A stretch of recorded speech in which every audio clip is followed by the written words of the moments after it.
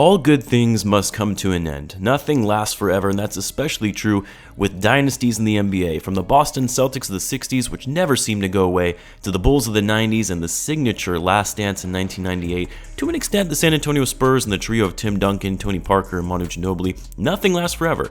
And for the Golden State Warriors, a team that revolutionized the game of basketball and changed the league, and winning 4 championships in the span of 7 years, it's very possible that we just witnessed the last of the Warriors dynasty. If you're new to the channel, be sure to subscribe and hit that notification bell so you don't miss a video, and in return I'll be providing more NBA content like this. Now, what the Warriors have been able to do over the past few years has been nothing short of incredible. They hire Steve Kerr in 2015, a young up-and-coming team with loads of potential and talent. They win the championship in their first season under Kerr. They come back the following season, absolutely run through the entire NBA in the regular season, setting the record for most wins in an NBA season at 73-9, a record that was thought to never be broken.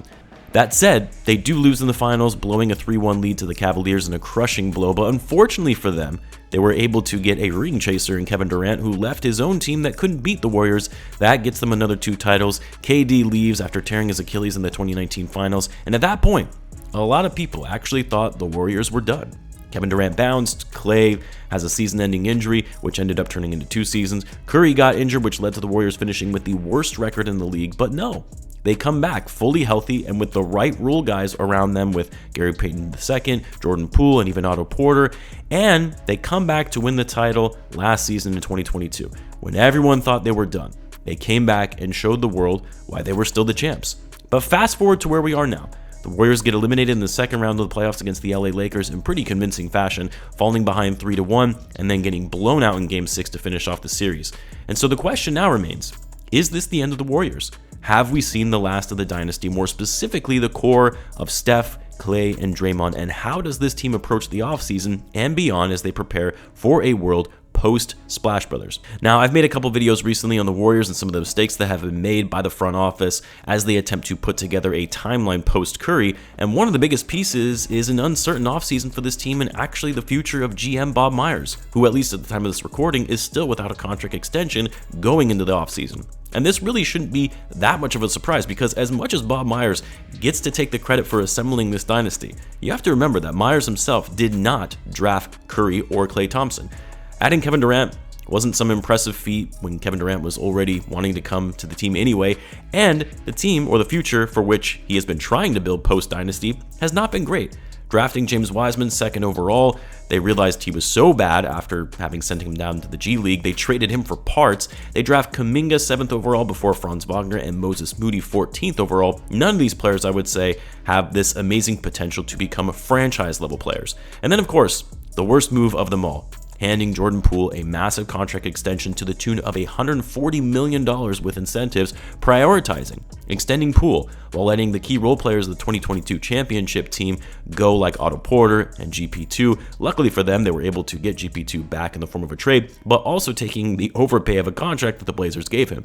But giving Jordan Poole, and I know I've said this before, giving Poole an early extension, and to that magnitude, was egregious. I know some will say, well, Poole balled out, you can't fault Myers for giving him a big payday. Yeah, you can, when you could have easily gave him a prove-it year for the final year of his contract to ensure it wasn't just one good season and then reward him after the fact, considering he would have been a restricted free agent and they would have been able to control his bird rights to retain him. And then, the other big piece that the Warriors messed up is not reprimanding Draymond Green for the attempted knockout punch he laid on Jordan Poole. Not giving him any kind of suspension or fine, just having Draymond Green institute his own punishment by missing out on the rest of training camp, which for a veteran player is a gift. Not doing anything about the punch set the tone for the season and giving Draymond a pass.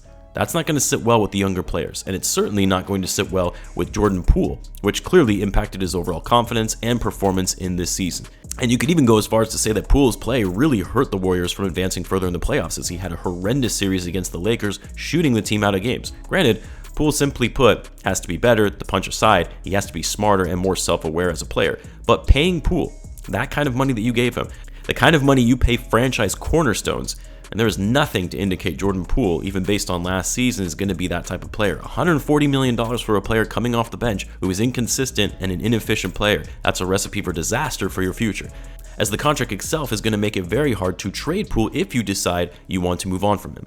But the Poole contract aside, Here's the situation for the Warriors going into the offseason. They have zero cap space. In fact, they're already going to be paying into the luxury tax with $211 million guaranteed on the books next season. A lot of that because of the massive contracts they have committed to Steph, Klay, Draymond, Jordan Poole, as well as the contract extension they gave to Andrew Wiggins in the offseason. Now, Klay Thompson is going to be on the final year of his deal at $43 million, which is a huge hit to their cap sheet, given Klay, while still, yes, an okay player, not the player he used to be at all.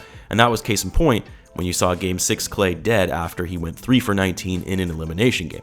But Klay is on an expiring deal. Then you also have Draymond Green, who has a player option for the final year of his contract going into next season, and that's going to be the biggest question mark as it relates to the big three remaining together with this team. Does Draymond decline his player option and opt for being an unrestricted free agent to secure a bigger or longer term deal either with another team or potentially even with the Warriors? And if he does exercise his player option, would the Warriors then look to trade him because of his antics throughout the year, and that really impacted the Warriors and the chemistry of their team? And then obviously, do they potentially look to trade Klay, who is on an expiring deal? Well, here's the thing. As much as people have been saying the Warriors dynasty is over and that the big three will be splitting up this offseason, while I agree the dynasty is over, the Warriors aren't magically going to be coming back and winning championships when Klay and Draymond are clearly on the decline and Curry being 36 going into next season. It's just not going to happen. But while I agree the dynasty is over, unlike what most people think, I actually think the core of the Warriors is going to remain intact. And it's because they really don't have much in the way of options.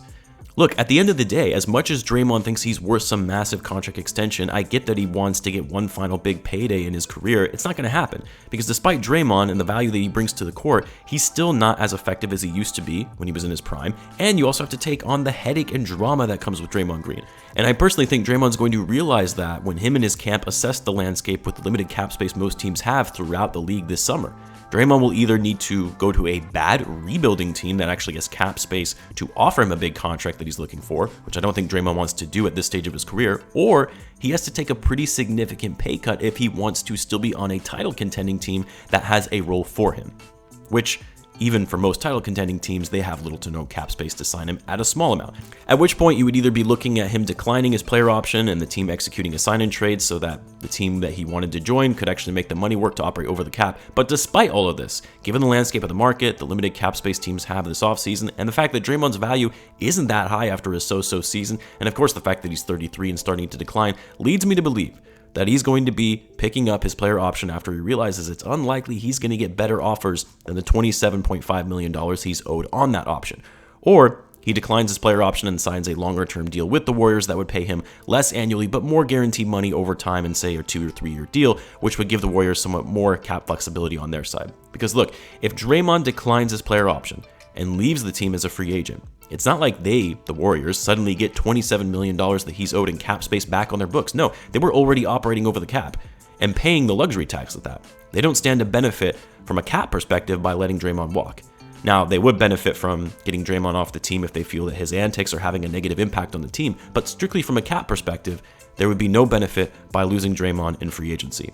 And then as it relates to Klay Thompson, I mean, not a chance to give him a contract extension this offseason, which he is extension eligible. I don't see how you can extend him when clearly he's not the player he once was. And when his shots aren't falling down, his defense is nothing like it used to be, Klay then ends up becoming a liability on the court.